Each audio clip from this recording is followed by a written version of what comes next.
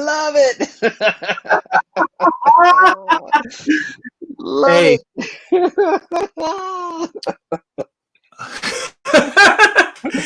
Hey, man.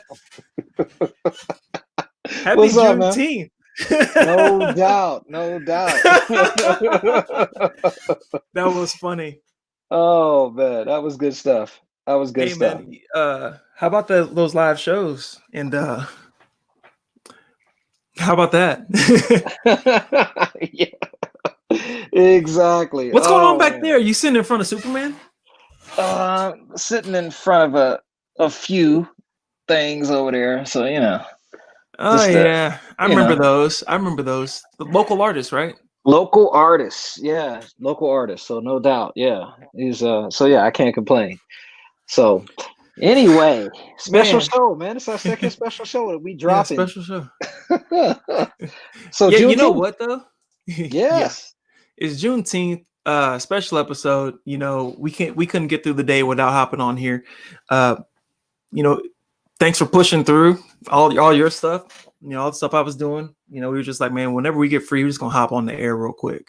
Yeah, no doubt. No doubt. So, and this is a good thing to talk about, in terms of Juneteenth. Most people, and there's a lot of folks that don't even know what it is. They never even heard of it, never even heard of the concept. And honestly, I didn't hear about Juneteenth until I studied history in college, and that's actually when I first heard about it because it was not taught in schools. So it's still not taught in schools. So that's when I first heard about it, and then of course going to Tulsa to go to law school and learning about the massacre that was the original Black Wall Street. Then you hear a little bit more about kind of that history and that lineage. So no doubt, special. Well, that's amazing that you actually went to law school in Tulsa. Yeah, tell me about it. Because it was not planned. I was actually planning to go to Pepperdine in Malibu, California. Okay. And then the cost of Pepperdine, because nobody paid for it, so I had to pay for it myself, and so paid for that. But Tulsa was like, "We got some money for you." And I said, "Oh, okay, Got me. all right." So Here I come. here we go. Here I come. So yeah, so that ended up working out to be good. It was a good spot. We didn't put ourselves in deep debt as we would have been if we were in Malibu. So no complaints. But learning the history of Tulsa, the Gap Band's from Tulsa, right? I did not know that. Yeah, it's named after I know a three Gap Band. Hey, streets. easy. Okay, Easy. just said, but the Gap stands for it's Greenwood, Archer, and Pine. Those are the three streets that they're named after. Oh. And so, So story. you got a little inside knowledge there, huh? Oh, Okay. oh no! Quick story. My son's first doctor was a black doctor, a black female. She was phenomenal, and she was located on Greenwood Street in Tulsa. So anyway, part of the Gap Band. That's where cool. they live. So what's on your mind about Juneteenth? I mean, first things first. That was the day that the slaves were, declared free by the federal government, and I mean, it's a very important day, and I think Black people have been celebrating that day for a few generations. And I got a little story queued up about your homeboy that lives at 1600 Pennsylvania Avenue. Turns out this guy just found out what Juneteenth was from his Secret Service agent. So Trump was just told of the meaning of Juneteenth by a Black Secret Service agent. I mean, how do we even live in this world?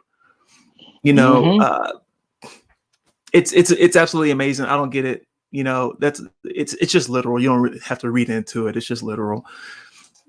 How do we? Yeah, and so here's the thing. So Juneteenth, it really understand that the slaves were emancipated 2 years prior to Juneteenth. So it was in 1863 or 1862, one of those 2 days. That was the official date.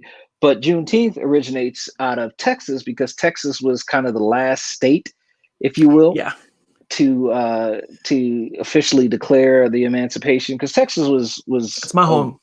Yeah, it was kind of a weird state in the sense that there wasn't a lot of Union officers there, during that period. So that was kind of the celebration of really the last stronghold of it. But it's been slow moving, and so yeah, that's the great part of it in that aspect. So And it's yeah. really easy to figure out why, because it's so far south, and folks are so crazy in Texas. And that is not an insult if you're from Texas. Everybody knows if you're from Texas, you're crazy.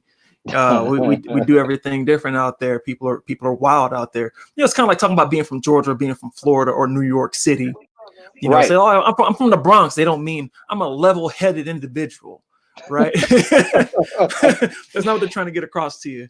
But what went on in those days, when Black people were considered to be equipment or property or a farm animal, if you will. They would lynch Black people, at will, as if they weren't human beings, and there's a lot of history in that. I'm gonna put something else up here. It's a Guardian report. Let me hit this. Yes. I'm gonna hit this bad boy right here and share it to you. Guardian report was talking about this history. So apparently they were underreporting. The amounts of lynchings. Big surprise, right? Before they actually formally began to really keep stats on lynching. But yeah. Let me get past this real quick. Obviously got pop-ups, and I'm a pop-up guard on. Well, and while we're at that, I'm going to talk a little bit about that first article that you put forth about Trump. Go ahead. Yeah, but Trump being told what Juneteenth was by specifically a Black Secret Service agent. Here's the thing about this. I thought Trump made a statement saying that he essentially made Juneteenth popular, that nobody ever knew about it. I'm pretty sure he made somewhat of an ignorant statement to that effect. And my mind doesn't get blown anymore. Doing criminal law, your mind doesn't get blown, but my mind still doesn't get blown, but I'm still oftentimes immediately shocked, and then I get over it, by the complete ignorance and just lack of knowledge, with respect to certain things. And this is one of those things in that aspect. It's a celebration that's actually been going on since 1866, I think. So this is not some short, quick, over the past couple year type thing. This has been going on for a very long time. So I don't get it. I mean, I get it. So look here, during the Reconstruction era, which was really just a 12-year period, they added 4,400 more victims on top of their estimates, bringing the total number lynched in a 12-year period to 6,500 people. And when you think about how small the population was back then, and look at this artwork here. It's absolutely captivating. Is that at the National Lynching Museum? Is that the Lynching Museum? Bronze statue called "Raise Up," part of the display at the National Memorial for Peace and Justice. Okay, all right.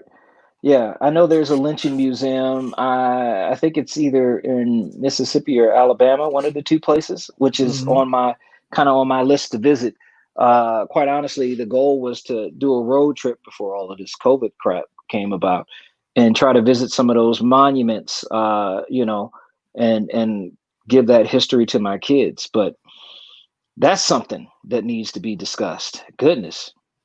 So, wow. I mean, so as racist as you heard it was, or you read it was, or as you saw on Roots, I think it probably was a little bit worse when it was in reality and there weren't even cameras. There were no witnesses. Your wife couldn't say anything, give her 5 across the eye. If your wife just came up missing, hey, she caught the vapors and she laid down, and what, she felt ill. She had a flu and died. They would have flus and die. So people could just get rid of anybody that they wanted to. And the type of people that would, commit a genocide on the Native Americans to create their space and then enslave a race of people to make free money, I'm pretty sure they're not going to exactly listen to their wife or respect anyone that calls himself a witness. They just grab the first firearm they see and boom, correct the record. And he who wins the war, tells the story afterwards. Yeah, and that story has been told. So, you from Texas. Hey man, so I grew up in a town called Baytown, Texas, and from my house, I could look on the horizon and see the San Jacinto Monument, and it's a Mhm. monolith like you see in Washington D.C., like the tradition they got from ancient Kemet and in the continent of Africa. If you excuse that little aside, but at that monument, it commemorates where Sam Houston killed Santa Anna's army. Mhm. So when they stole the land from the Mexicans, where I live is commemorated as where they killed the army that went to protect their lands Mm. when they Interesting. did a land grab, right? So when we talk about respecting the rule of law and over my dead body don't tread on me, and what all this means, some of these monuments aren't just to the idea of racism. Some of them are just to theft, to stealing, to imperializing, just empiricism. If I'm using the right term, I'm probably failing at it right now, but you know what I'm saying, stealing land and killing people to take it so you can get Mhm. wealthy. That's what we're talking about. In the middle of a old Baytown, as they called it, there's a tree, and that tree was where they used to lynch their slaves. It's right down the street from Robert E. Lee High School and Robert E. Lee Community College. I didn't go to a Robert E. Lee High School. I went to Ross S. Sterling High School, but I'm not sure. I didn't do my research. Is Ross S. Sterling a Confederate soldier of some sort? I need to find out. Now I Because gotta now I gotta go look it up myself. Shoot, I got Ross S. to. Sterling, an American politician. He was the 31st governor of Texas, serving a single 2-year term from 1931 to 1933. Okay. So I don't know. He may or may not be. Interestingly enough, I find it interesting that Juneteenth really was that Texas is really the center of what Juneteenth was and is in that aspect, in the sense that when you look at those states where the emancipation applied, which was quite frankly our southern states, from Florida, Georgia, Carolinas, all the way west, Mississippi, Alabama, And knowing Louisiana, that they were still Texas. racist up north. They were exactly. It's fascinating that the celebration started there, and that it became. There was a place in Houston that became kind of a monument to Juneteenth. It was called Emancipation Day before that. I think is what I remember reading, and it was before it got changed to Juneteenth. And there's a place in Houston, like Houston Park, someplace in Houston, where blacks used to come there and celebrate. 30,000 blacks at one point in time came down here to Texas just to celebrate that aspect of it. Uh, Probably Herman Park or somewhere like that, Memorial Park. yeah, Probably just one of the big parks because there's not too many like open urban areas, like plazas and stuff like that. They don't really have that, but probably one of those big parks. I would believe it too. There's lots of people out there. There's a lot of land. They know how to drive. They'll commute from an hour away every single day as hmm just regular. We didn't even think twice about an hour drive to get to your job every day. no, Just no normal. doubt about it. Everything's spread out. So the celebrations for Juneteenth. What did you hear? What did you see in terms of celebrations? My sister and all of them. My sister has been recognizing. My sister Mariah has been recognizing Juneteenth for as long as ever, as that I know. What kind Honestly, of celebrations did you see? I didn't go to any celebrations like that back then. You didn't go around Houston unless you wanted to get a ticket or get arrested. Houston has a really bad record of racism as well. It's like a lot of these other places. They used to find people floating in the bayou with handcuffs on. So I don't Mm, exactly. I grew up in third, or I didn't grow up in. I was born in third ward. I was born in fifth ward, and then we moved to third ward. But hey, man, in the ghetto, where it goes down. We were right there by University of Houston, which sounds like, hey, that'd be a wonderful place. Yeah, it was absolutely chaotic down there.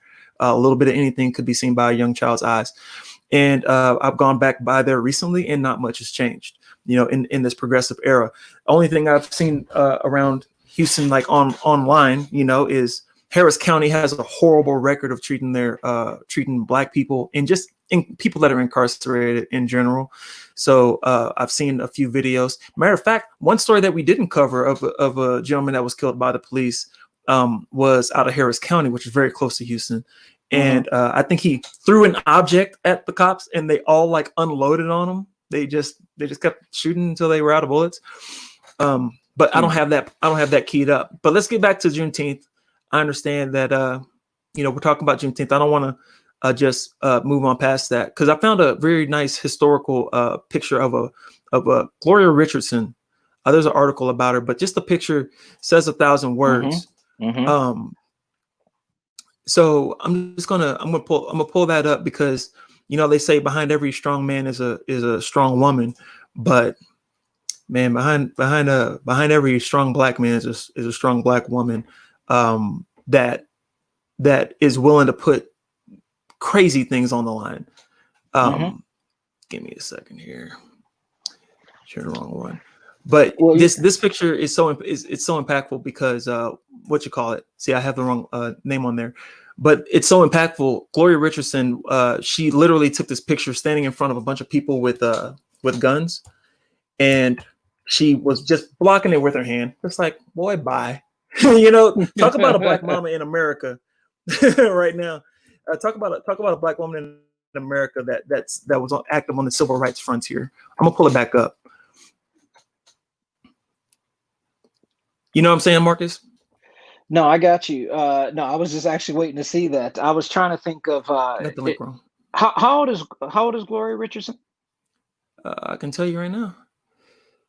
Because she's 98 years old. Okay, so that's who I thought it was. So okay, so Miss Richardson is the lady that actually has been pushing for Juneteenth to be a national holiday for like, I don't know, 60 years, something to that effect. And she's been doing it consistently. In fact, I think Bernie Sanders even shouted her out at that aspect as well, saying it needs to be a national holiday. And so that's where the discussion really has turned to. What a perfect time to actually consider about making this a national holiday. I have to give it up to my bank. I hate my bank. I probably shouldn't say that. It's Chase Bank. But anyway, they closed all their branches at 1 p.m. today in honor of Juneteenth. So that was interesting. That was surprising. A pleasant surprise, I suppose. So there are some institutions out there recognizing Juneteenth in that aspect. But yes, Miss Gloria Richardson has been a staunch advocate and has been pounding the pavement for so many years with respect to Juneteenth and recognizing the emancipation of slaves that goes back to 63 or whatnot, but still 1863, but recognizing that 1865 is really that last stronghold of the last bastion of slaveholding, if you will. So props to Miss Richardson in that aspect.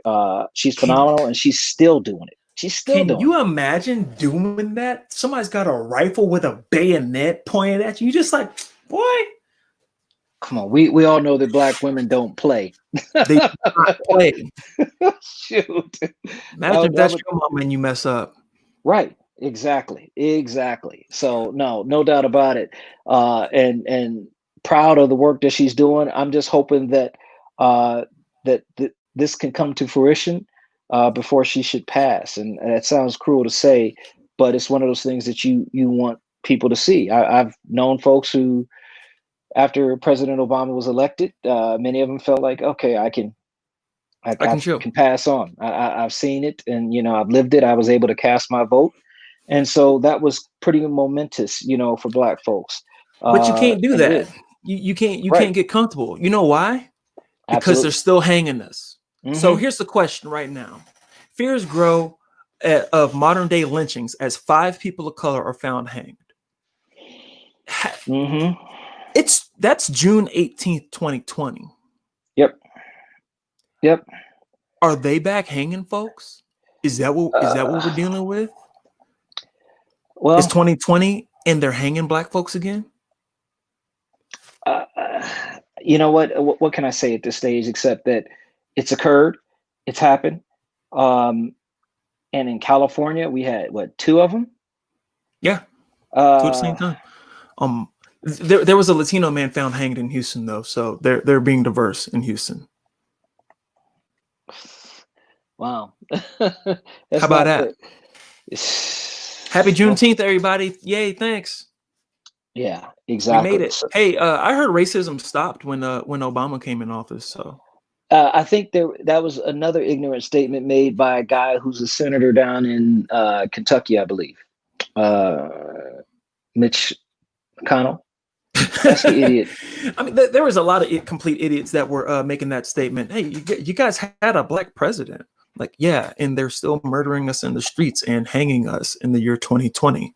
So I was trying to get all the names of the folks that were hung. One was Robert Fuller. Um, Another one was Malcolm Harsh. Was also hung. I just want to make sure I say their names. And I was yes, still looking for uh, the other gentlemen that were hung most recently, just due to the fact that um, I think it's important that I'll pull it back up. folks know their name in this aspect. It's just. I mean, what can you say? What can you say? Things have only delved deeper into nonsense and BS. Um, and I heard a person say earlier this week, um, and I'm definitely not trying to promote that, but this person said, I think I need to start exercising my Second Amendment right to bear arms, and I think I need to start protecting myself and those around me. I mean, and that's a fact. I mean, we all know that. We all know that. So people, and I don't have that clip queued up, but you heard, God, who is it that told the new? Oh, it was Charlamagne the God. Charlamagne the God was on like MSNBC or CNN or something like that, and he's talking to her, and he was like, black people need to exercise their Second Amendment right, need to protect themselves against these thugs that are out here trying to murder them. They have to defend themselves and their family. And the host of the show was like, oh well, picking up guns to solve your problems, you don't want to do that. And no, they don't want to do that, and they also don't want to get chased down the street and Right. shot with a shotgun. Mm-hmm. Exactly. That's exactly correct. I've heard another breakdown, a very in-depth breakdown of the Ahmaud Arbery incident. There's a 20-minute video breakdown, and they spotted him right when he came out of that house, and he wasn't just like jogging; he was fleeing. This is from one breakdown that I saw. He was actually fleeing, so he wasn't going for a leisurely jog.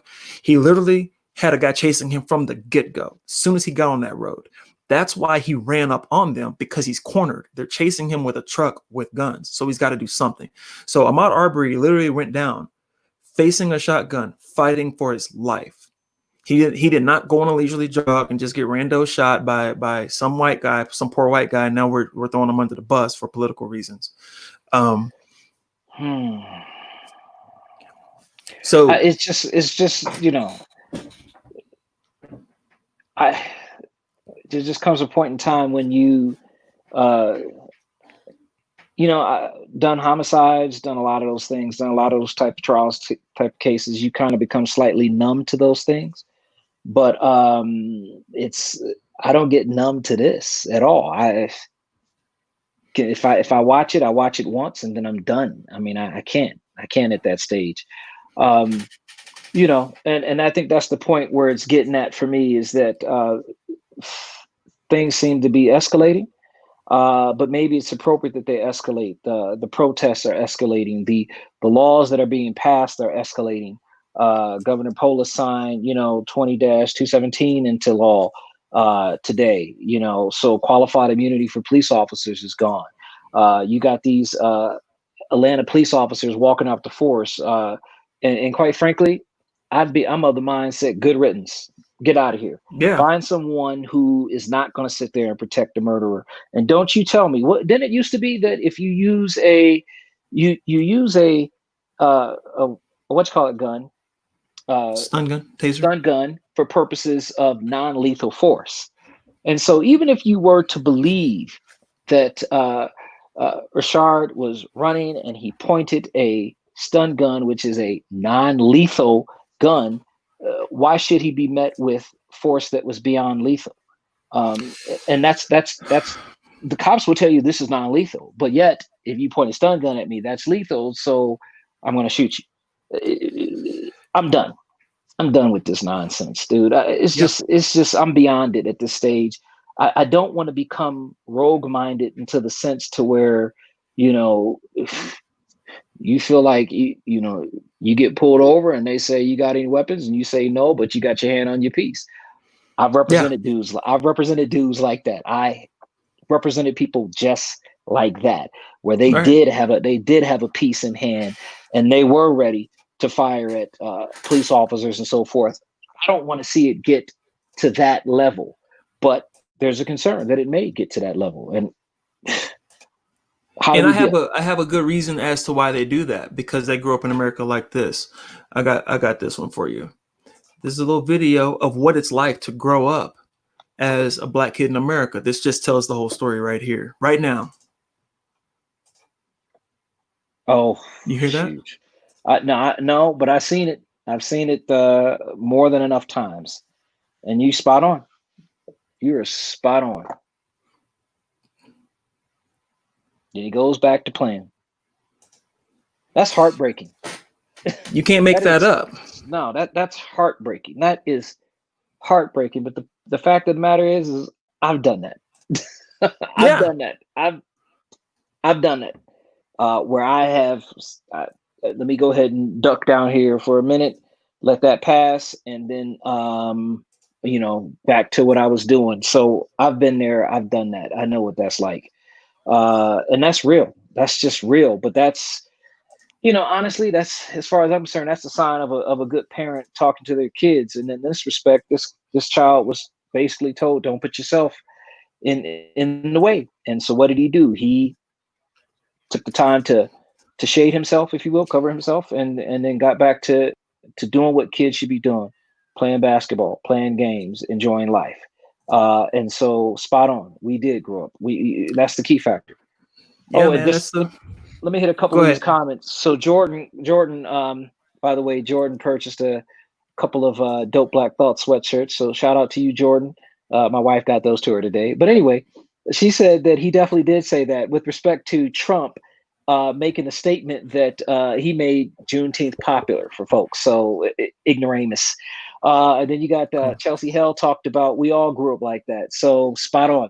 She's right. I We mean, all did grow up like that. That is a honestly, fact. we would break out. We wouldn't even just give a little high. We would break. But he didn't really have time, so he might not have shown y'all the full go of it. But at a public park, everybody's out there just minding their business. Mm-hmm. They scatter like Mm-hmm. like somebody threw a Yes. grenade down the ground. Yes, exactly. No joke. I remember growing up in South Bend, Indiana, Lakeside. You just moved out the way and ducked out the way so that you weren't saw, because at the end of the day, these people will come up and approach you, and even then, you knew as a young kid, why are you approaching me? What did I do to be approached? And so, yeah, it's still it's happening today. Damn, it's happening today. But see, I fully believe that there is a deficit of dignity in the Black community. We get dignity robbed from us because we're not allowed to say the same things that white people get to say. We're not allowed to feel the same things that white people get to feel. They get to feel that outrage when they get pulled over, so they can, who are you? I want to talk to your supervisor. Very rarely is that supervisor coming for one of us. You see those temper tantrums they throw. They snatch the ticket out of the officer's hand, and they throw it on the ground. So I need you to pick that up and get a liver and ticket, and they rip it up, throw it in their car or whatever. Yes. Folks can't do that. Sir, hold on a second. I need you to calm down. You're irate. Why are you resisting all of a sudden? Well, you're acting real nervous, man. I don't know what's going on. I need you to put your hands right here. So it's the de-escalation factor, because you have discretion over how much you de-escalate. Absolutely. And I'm sick of being told, well, just comply. Comply. Okay. So when you argue the BS reason why you got pulled over, it's okay. But if I argue the BS reason I get pulled over, it's like, well, just give them what you didn't do anything wrong, so just give them what you want. Man, bump that. Why didn't you just stop for 30 minutes in the middle of the night with a guy with a gun on his hip that historically has a tendency to shoot you, and then listen to everything he says when he tells you come outside, sit over here in the dark, go sit over here in the dark and get in a submissive position where you could never defend yourself if you wanted to. How about in the dark, put your hands behind your back and intersplice your fingers so you can't do this or that. And hopefully he doesn't, plant drugs in your car. as that one officer was found having done that over 600 something times. He was doing that to white people too. There are bad cops out there. Well, we had a case here in Colorado where a guy kind of did some of that. So yeah, it's not uncommon and it's not unheard of. And that's completely factual. And quite frankly, at the end of the day, if you think about the massive amount of power that officers have, it's a scary thing. I'm truly, truly hopeful that qualified immunity, since it's gone, I am truly hopeful that it actually takes off in a sense. Unfortunately, a good friend of mine, another attorney, she was like, let's sue the MFs. And you know what? I'm like, I agree, because it's going to take some suits in order to have things start to pan out and level out in that aspect. And that's the key.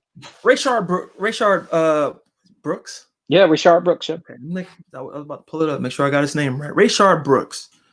You know, just as reasonable adults can fall on both sides of any issue, I can almost say that I understand you shooting him, because you just got in a fight. You're on 10. You're all the way upset. You know, he overpowered you. He overpowered the both of you.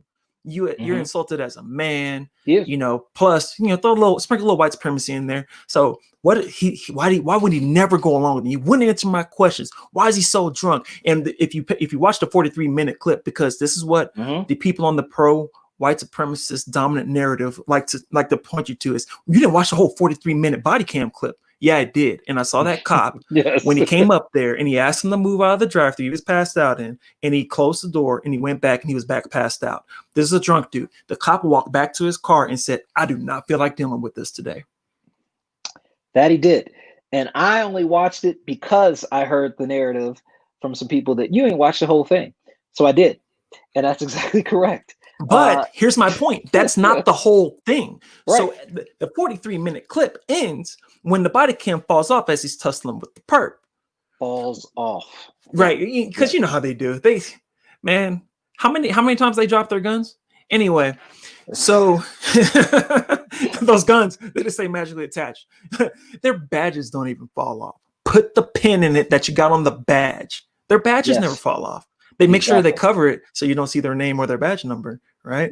But anyway, so I ride my motorcycle with a GoPro. Don't tell my wife. I hit speeds of 100. I shouldn't say that. She'll never find out. Cross that out. And the thing don't fall off. Well, how is that? How is that? It's actually magic.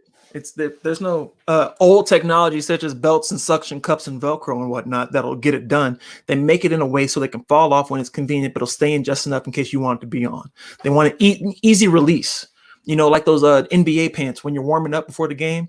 They stay on you, but soon as you need to get out, just yank them right on off like a Chippendales dancer. Yes, sir. Exactly. So at the end of that video, let me get this real quick. At the end of that video, when the cam falls off, there are other cameras still rolling. The DA isn't going off of that 43-minute clip because he saw that 43-minute clip. That doesn't show the murderous action, because you can't prove intent just because a man shot something at someone who shot something at him. You can forgive, and you'll have a hard time winning in court if it was just on the did you shoot him? All right. I see two reasonable adults falling on both sides of this issue. But what do you do after you shoot a perp that had a non-lethal weapon? He's down now. Now, what is your duty? To make sure he doesn't die and to get him into custody in a safe manner. Exactly. How do you do that? I guess step 1, kick him. Right? Step 3, step on him.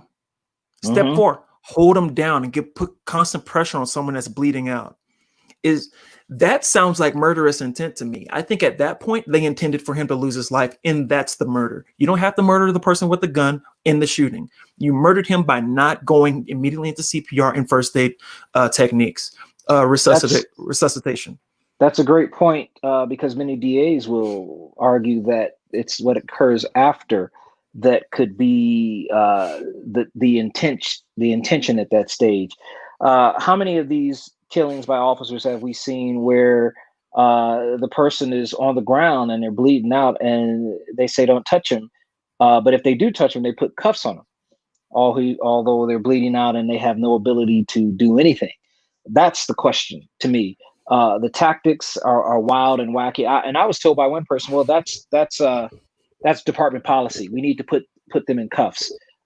Really? You just and when you turn him over, there's a hole in his chest. Why?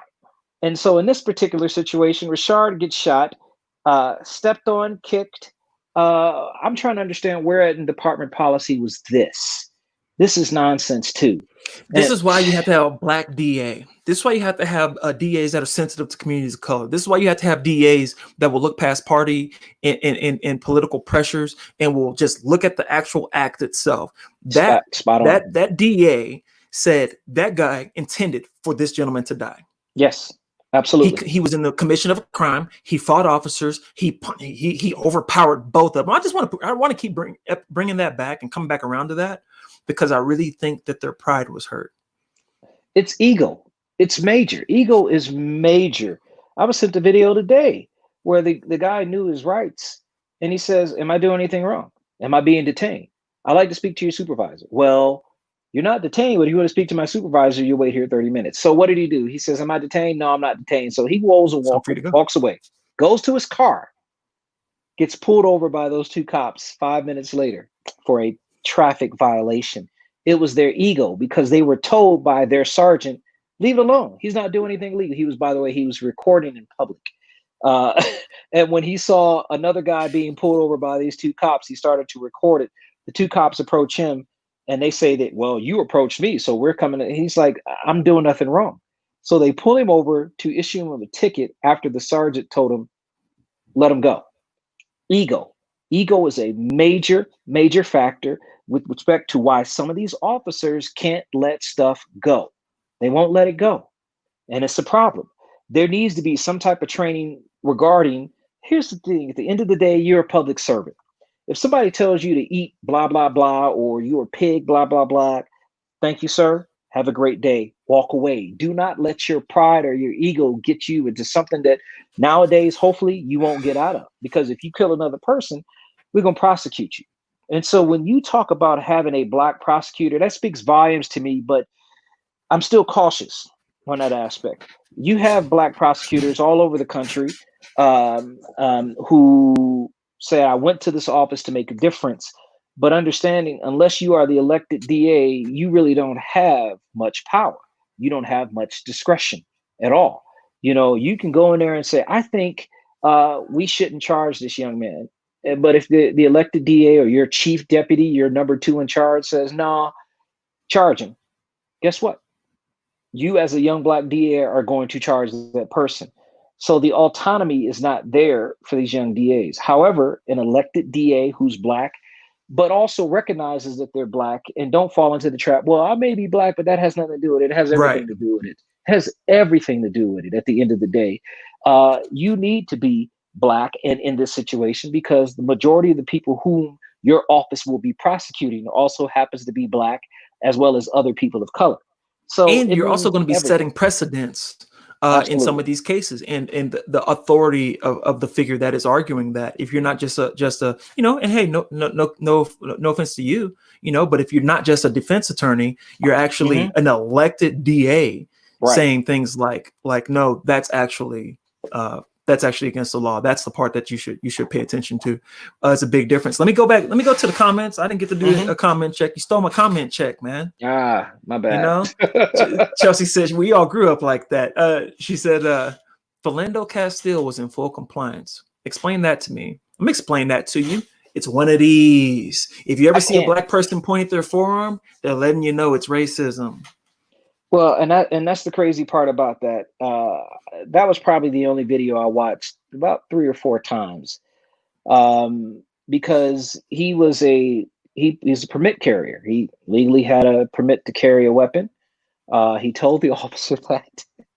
And did you hear the back and forth in terms of directions of, can I get this? I'm going to grab this. No, you can't. No, yeah, grab that. Oh, no, you can't grab that. It was crazy. And that's the crazy part about it. I can't explain that one. I can't explain why that guy was never charged with murder, straight up murder. That and Breonna Taylor, to me, those are the top when it comes to just the clearest form of murder by cop. That's why Those are people the two call it top. systemic racism, because Hmm. that's the top law enforcement officer that has no issue with certain people getting killed when they're exercising their constitutional right. Guys, we're rolling it back to the Constitution, the thing that was made while we were still slaves, and we're Hmm. just reading it back to you. Yep. So, and people argue on the other side of it. He shouldn't have reached and all that. Good Lord, what can you do? Can you not do anything? Is the government hey, conservative argument? We don't want a big government. We don't Hmm. want the government to become tyrannical. We don't want the government to kill us. Guess what? It already is. Here's the historical trend, guys. If you don't pay attention and learn from your history, it's bound to repeat itself. Absolutely. When you allow oppression to go on, the reason why they say oppression anywhere is oppression everywhere is because they perfect it on the minority and then they roll it out to the masses. So don't think it's going to be us forever. And when it comes down on you, it's going to be just like you were one of us. They may be treating us worse, but it's coming to you. So when you gave those cops all the military equipment, one of these days you're not going to be on the side that you're cheering for. You're going to be on the other side that the cops are pointing at, and you're going to let them have ATCs, APCs, armored personnel carriers, basically tanks, turrets on them, machine guns. They already got. I mean, dude, what else you need? You got a shotgun, you got a handgun, you got a rifle, you got a baton, you got a taser, you got some tear gas. I think you're covered. Use your walkie-talkie. Maybe try de-escalating something every now and again. If you need all that, you need to call the. Let's talk about defund the police. Can we talk about this real quick? Let's go for it. Let's go for it. Where are you? Just the question. Hashtag defund the police. Yay or nay? Yay. And here's the reason why. And that'll turn some people off. You have to understand what the concept of defund the police is and means. And I would challenge people to go and look up what defund the police means. And so yeah, I'm definitely a yay for that. What's your thoughts? I'm definitely a yay. Yes, because you don't want to defund policing of society as a whole. It's not defund community safety. It's defund the militarized portion of it. Mm-hmm. And the Exactly. question isn't should you defund it. The question is how much should you defund it. Mm-hmm. I should defund it the amount that is causing us to be over policed and causing them to use tactics that they don't need to use to keep that SWAT team active, to buy excessive weapons and to do overly overpowered police actions and whatnot, as opposed to trying to handle mental health issues. What I want to give that funding to mental health experts. Exactly. So yeah, I need to defund them my mental health money. So whatever money we get, put that. Yes. Yo, go ahead. You hit it. You got me hyped. So Exactly. also people that are homeless, people that are unhomed, they have to find a place to sleep. They're sleeping under a bus bench. They're sleeping in a park. They're sleeping under a bridge. Instead of criminalizing them and arresting them and making them when it's cold have to commit a crime because they're out of space in the shelter. So they're like, hey, if I commit a crime, I get 3 hots in a cot, right? Instead of having to make that decision, why don't you take that funding of that policing and give it to social workers to give them access to resources and put them into programs that's going to give them a home and give them an outlook and also set them in front of jobs and a lot of them mental health counseling as well. And so that also means taking those funds, but also investing into particular communities, Black communities in particular, directly into Black communities in that aspect. Create those programs, create those summer school programs, those summer activity programs. That's what it means. But you have to understand that when the average person hears it, their thought immediately goes to, you don't want any cops, you don't want any police. Oh, so you just the Wild West. No, that's the sign of a person who's either willfully ignorant or just chooses to not learn. They're being dishonest. Exactly. No, they're being dishonest. They're just lying. Right. I can prove they're lying. How come they all want to defund the VA? Oh, wait. So you want to keep that funding in there, or you just want to fund it correctly? You just want to spend this money intelligently and make sure it's as effective as possible to actually do what it's supposed to do? Well, I want to do the same thing with the police. Yep. I'm just taking your argument because I don't believe what they're saying with the VA. You know what I mean? I don't believe the argument. But I'm just saying, if you can use that argument on the VA and that's our troops, then I should be able to use that argument on the police, even though our one argument is more factually accurate. Absolutely. That's all I'm saying. No, absolutely. So I'm all for defunding the police. Have you heard anything with respect to that? I know that you're going to be on the that oversight committee. Uh, No. So I found out in the newspaper that I'm on that I'm officially, in there, and I got an email also, but it was crazy. People heard about it and telling me about it. I'm like, man, how'd y'all know? I didn't even tell nobody yet. oh, But real go ahead. quickly, real quickly. Ann Moorhead, another attorney I was talking about earlier, she Mm-hmm. just commented. She says we need to audit the police. Mm. Is that part of what you would be doing on this committee? Would y'all be auditing the police? So even the scope of work hasn't been fully crystallized. It's an oversight committee. So what the previous problem was that there were committees, but they were only given what the police department wanted to give them to oversee. So now we have redefined what that relationship is going to be. And it's not through just community groups or volunteers. It's through the city and an actual selection process. So there's a lot more teeth on the fact that these people are officially put into this place. And I'm not just a volunteer on this police oversight committee. I'm actually the school board liaison to this committee. So the city is depending on me to get police information about the way things are going as a representative of the school district. It's a little bit more serious than just we're gonna check it out. Like our DA's office has this fully volunteer, no teeth, can't find a flaw in it. In any conviction, what they call it, conviction integrity unit. They can't find anything wrong. We are in the biggest judicial district in the state. Yep. It is 4 whole counties. Yep. It's one of the largest elections you can have besides a state election. And it is. Their whole area is so big. How many millions of people live there? Anyway, no one was convicted incorrectly. When you know it, we're just rolling all 7s. Yeah, well, we all know that that's nonsense, especially if you work within that district. Unfortunately, we're dealing with DAs that don't care. Let's just be real. Sometimes it's about it showing their boss that they are, I am for the cause. I am here. I'm convicting. But even if the case should be dismissed because of maybe a lack of witnesses, or sometimes if there are witnesses, but that the case is BS and yet you still prosecute it, they're just trying to. There's just a certain power of showing off. There has to be a reform in the district attorney's office, and I agree. There has to be an audit of the police department. And financially, I do think we need to start taking away some of those things that they come to expect.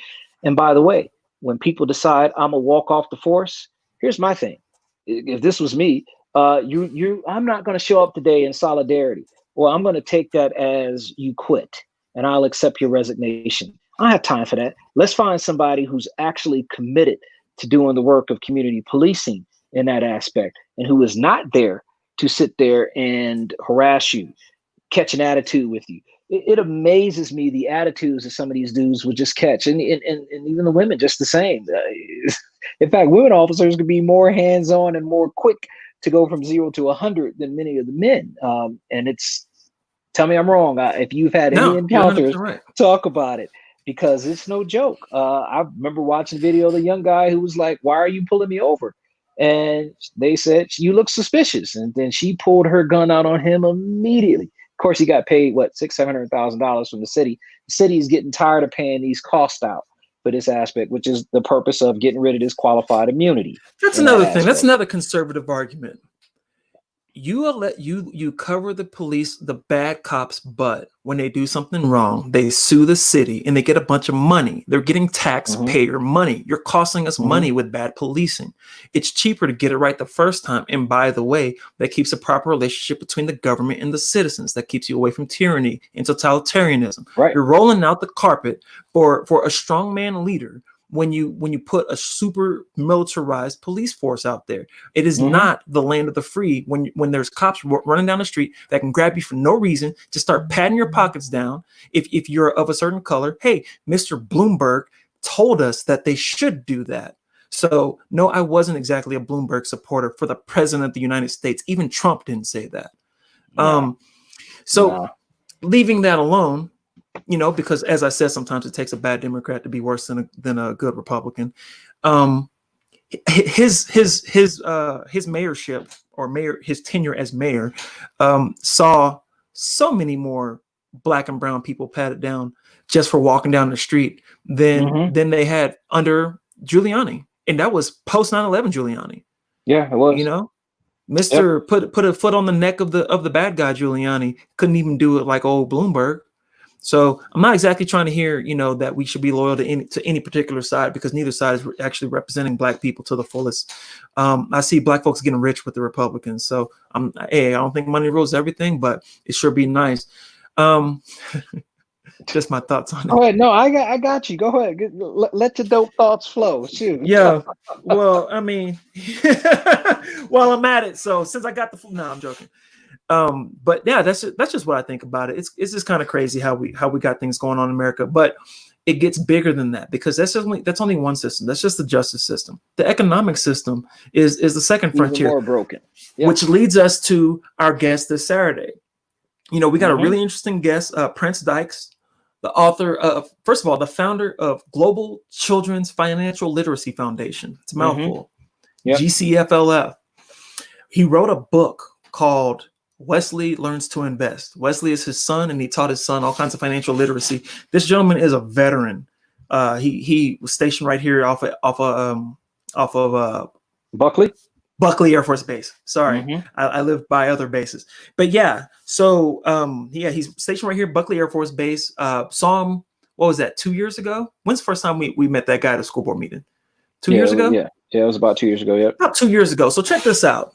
America, not you, Marcus, you remember this, but there's a brother. He came to us. He's presenting, talking about GCFLF and talking about his book, talking about financial literacy. As a black man, black son, and everything. It's heartwarming. As a black school board member, I'm like, man, keep doing what you're doing. I'm going to push for you to get a relationship with the school. And he ended up doing a few engagements with the school, doing things.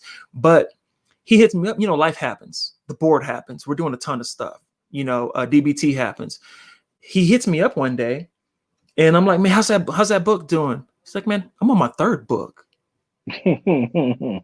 Hey, check your email. I just sent you a picture of me getting my third book signed by Warren Buffett. Then he's got a picture with Warren Buffett holding the book, and you think that's crazy. He's in Warren Buffett's new book.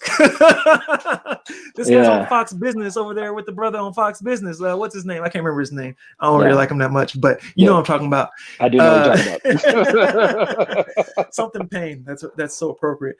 But so he ended up doing some cross promotion with that guy, and just an impressive brother. And he has a podcast called actually it's a show called The Investor Show.